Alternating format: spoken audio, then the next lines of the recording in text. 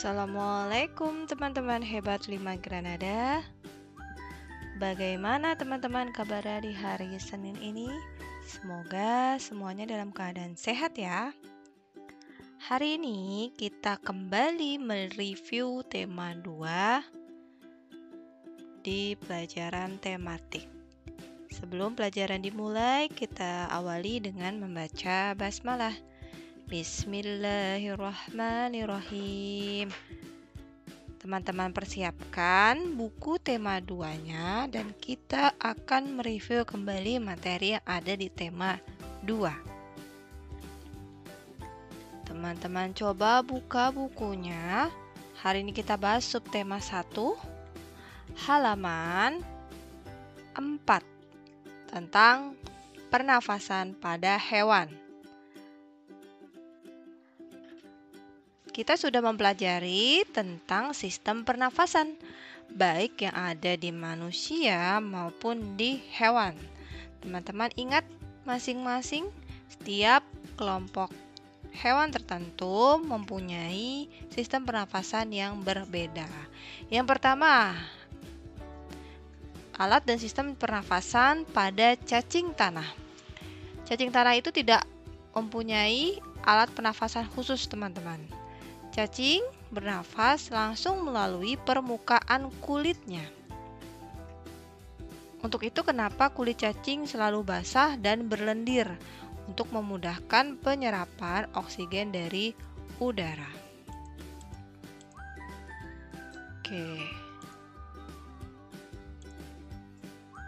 Di bawah permukaan kulit cacing yang tipis terdapat pembuluh udara. Jadi saat udara masuk melalui kulit, lalu oksigen diikat oleh darah. Nah, di darahnya cacing ini terdapat hemoglobin yang mengikat oksigen. Disinilah terjadi pertukaran langsung antara oksigen dengan karbon dioksida. Yang kedua adalah alat dan sistem pernafasan pada serangga. Nah, teman-teman, serangga bernapas mengisap oksigen juga sama dan melepaskan karbon dioksida. Alat pernapasan khusus dari serangga ini namanya adalah apa, teman-teman? Teman-teman ingat? Iya, namanya adalah trakea. Trakea itu adalah sistem tabung yang memiliki banyak percabangan di dalam tubuhnya. Nah, percabangannya namanya trakeola. Jadi, trakea ini fungsinya mengedarkan oksigen, teman-teman, langsung ke semua sel tubuh, dan organ-organ yang membutuhkan oksigen menyerapnya, kemudian mengeluarkannya dalam bentuk karbon dioksida.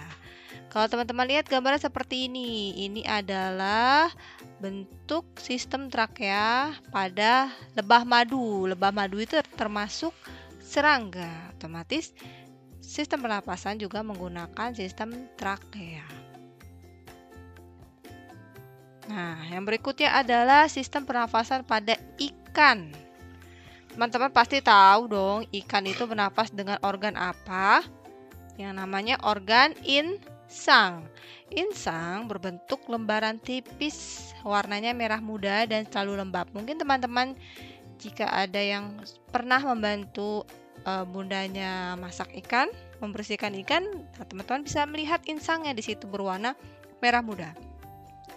Insang tepatnya ada di belakang rongga mulut pada kedua sisi kepala ikan. Nah, biasanya dilindungi oleh selaput yang namanya operculum atau tutup insang. Jadi sistemnya bagaimana? Di insang itu terdapat pembuluh darah. Nah, pembuluh darah inilah yang nanti menyerap oksigen yang terkandung di dalam air karena ikan hidupnya selalu di dalam air. Nanti si insang juga berfungsi untuk sebagai alat pengeluaran garam-garam dan sebagai penyaring makanan. Jadi, pertama-tama tutup insang menutup secara bersamaan mulut terbuka dan dinding mulutnya mengembang. Nah, saat itulah air terisap masuk. Kedua, rongga mulut menyempit dan mulut menutup. Secara bersamaan tutup insang terbuka, akibatnya air keluar dari mulut dan melewati insang. Nah, disitulah oksigen Dari dalam air terserap dan karbon dioksida dikeluarkan. Seperti ini anatomi tubuh insang. Di sini adalah filamen-filamen insang. Nah, disinilah ada pembuluh darah yang di mana tempat terjadinya pertukaran oksigen dan karbon dioksida. Selanjutnya, ini adalah sistem pernafasan pada hewan amfibi. Katak termasuk contoh dari hewan amfibi, hewan yang hidup di dua tempat, di darat dan di air. Nah, saat masih di air berupa kecebong, anak katak ini, hidup dalam air bernapas menggunakan insang. Nah, insang terletak di luar tubuhnya dan terdiri atas lembaran-lembaran kulit halus yang pastinya mengandung kapiler darah untuk pertukaran oksigen. Nah, barulah setelah menjadi katak dewasa, ada bantuan paru-paru yang digunakan untuk sistem pernafasan pada hewan amfibi. Nah, jadi di dalam paru-paru katak ini banyak gelembung udara yang sangat kecil, berselaput dan penuh dengan kapiler darah. Yang berikutnya adalah reptil, contohnya adalah ular, kadal, buaya, dan lain-lain. Jadi reptil sama dengan manusia, nafasnya menggunakan paru-paru. Udaranya masuk dulu melalui hidung, kemudian ke batang tenggorokan dan ke paru-paru. Selanjutnya adalah aves. Burung bernafas dengan sepasang paru-paru juga, letaknya ada di rongga dada. Nah, jadi burung menghirup sebanyak-banyaknya saat tidak terbang. Kemudian saat terbang, burung tidak menghirup udara, jadi udara dihembuskan dari kantong udara ke paru-paru. Jadi saat dia tidak terbang, dia mengumpulkan udara sebanyak-banyaknya dan disimpan di kantong udara. Inilah tempat penyimpanan udara atau pundi-pundi udara.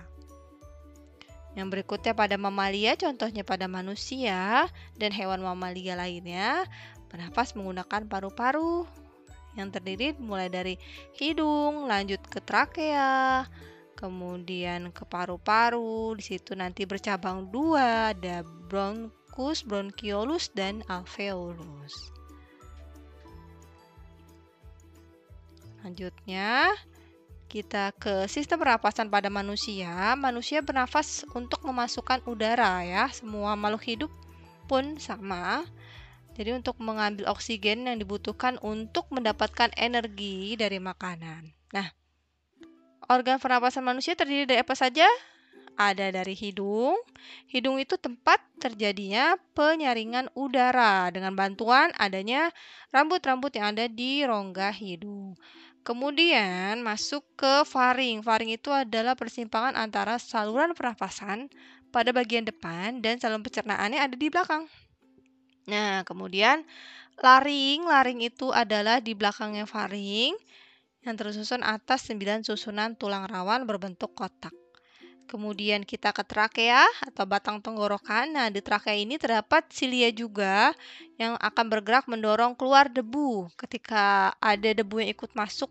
Nah, jadi biasanya akan ada refleks batuk untuk mengeluarkan bakteri atau debu yang masuk ke trakea. Kemudian bronkus merupakan percabangan dari trakea. Nah, bronkus ada yang kanan dan kiri, bercabang dua seperti paru-paru yang terdiri dari dua juga, kanan dan kiri. Nah, cabang dari bronkus ini namanya bronkiolus. Bronkiolus itu cabang dari bronkus. Di ujungnya terdapat yang namanya alveolus, gelembung. Bentuknya seperti gelembung-gelembung kecil, dan disinilah terjadinya tempat pertukaran oksigen dan karbon dioksida. Kalau digambarkan seperti buah anggur, teman-teman. Nah, ini adalah keterangan gambarnya, teman-teman bisa lihat sendiri di bukunya masing-masing.